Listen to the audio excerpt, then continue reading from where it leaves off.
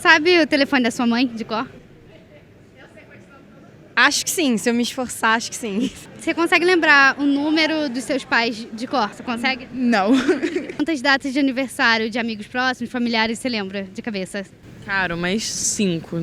Assim, honestamente, acho que só umas 5. Data de aniversário de amigos, familiares, quantas mais ou menos você lembra? Uma meia dúzia. Depois que esses aparelhinhos passaram a fazer parte da nossa vida, ficou ainda mais raro guardar certas informações.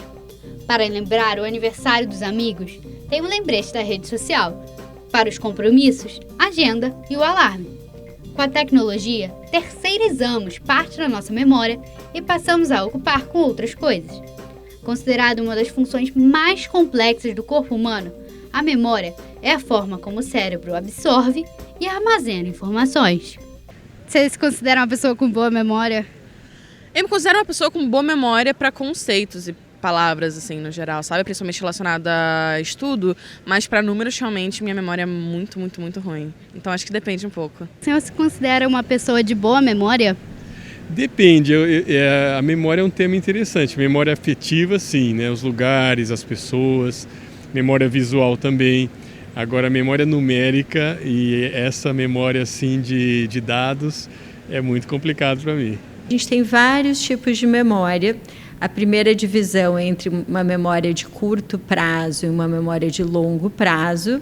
Essa memória de curto prazo é uma memória assim, bem recente, né? Uma memória que a gente até chama de memória de trabalho, que é, por exemplo, enquanto a gente está falando alguma coisa, a gente está armazenando na memória aquilo que a gente acabou de falar, ou quando alguém dá um recado e a gente tem que repetir. Então, é aquela memória bem imediata mesmo. E a gente tem as memórias de longo prazo, que são memórias que, quando sai dessa memória imediata, ela já passa para esse sistema de longo prazo. Durante mais de 40 anos, Maria Ângela se dedicou ao trabalho como professora.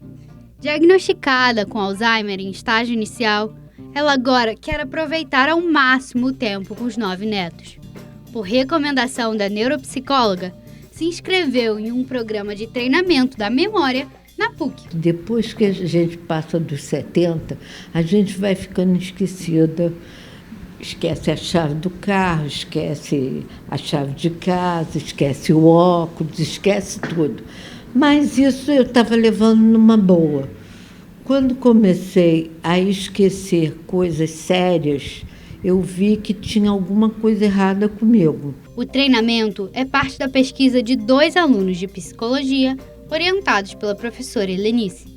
5 idosos com idades entre 67 e 84 anos, com diagnóstico de Alzheimer, participam dos encontros semanais. A gente vê uma melhora da memória, sim, mas não só da memória, mas de outras funções também, né? A atenção, até a questão deles de socialização. Então, muitas vezes eles chegam para a gente com um quadro de depressão e aí vai melhorando. Então, assim, a gente nota, assim, a gente tem clinicamente, dá para dizer que melhora. Durante as sessões que ocorrem na Clínica Universitária do Serviço de Psicologia Aplicada da PUC, os idosos treinam a memória através de jogos lúdicos. Um deles é o Lince, onde os participantes têm que primeiro encontrar as figuras e depois memorizá-las. Em outra sessão, os participantes montam o próprio tabuleiro de jogo. O Alzheimer é um transtorno neurodegenerativo que, aos poucos, compromete as funções de memória e as habilidades cognitivas.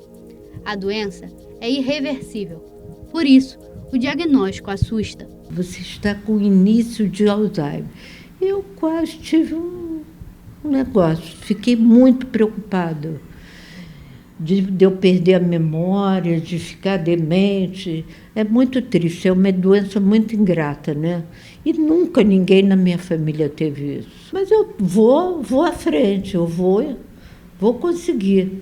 Tenho certeza que eu vou conseguir, porque eu não tenho medo de nada nessa vida. Eu enfrento mesmo. No treinamento, é feito um acompanhamento tanto em grupo quanto individual. Os participantes são pré-selecionados, de acordo com suas necessidades, e divididos em pequenos grupos para a realização do programa, que dura em torno de 10 semanas por grupo.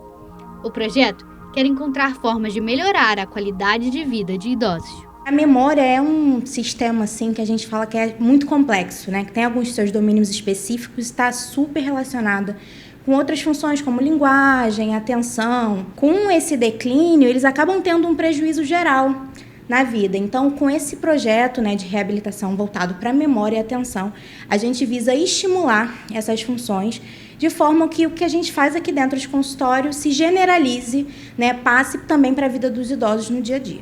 Mas treinar a memória não é algo exclusivo dos idosos. Alguns jogos e atividades podem melhorar as capacidades de memória, até mesmo de jovens.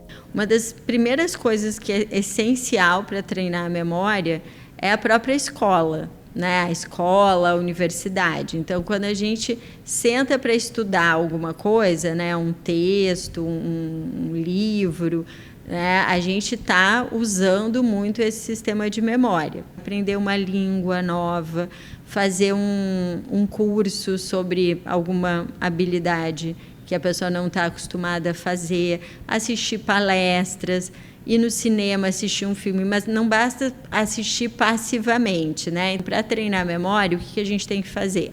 A gente tem que, vou lá, vou assistir o filme e depois eu tenho que tentar lembrar de aspectos importantes que eu assisti no filme.